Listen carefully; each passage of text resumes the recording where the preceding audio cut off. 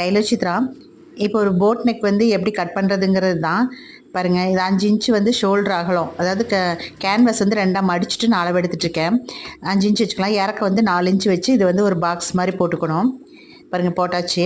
இப்போ அந்த சென்டர்லேருந்து கார்னர்லேருந்து 1.5 இன்ச்சு 1 இன்ச்செல்லாம் வச்சோம்னா அந்த ஷேப் வந்து நம்ம கரெக்டாக கிடைக்காது. ஸோ 2 இன்ச்சும் கரெக்டாக மார்க் பண்ணிக்கணும்.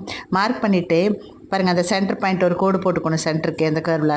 இப்போ இந்த எண்டிலிருந்து அந்த எண்டு வரைக்கும் ஒரு கர்வ், அந்த 2 இன்ச்சை டச் பண்ணி ஒரு கர்வ் போட்டுக்கணுங்க. போட்டுட்டு பாருங்கள் இந்த கீழே ஒரு இன்ச்சும் மேலேயும் ஒவ்வொரு இன்ச்சு மார்க் பண்ணி நம்ம வந்து அப்படியே கட் பண்ணி எடுத்துக்கலாம்.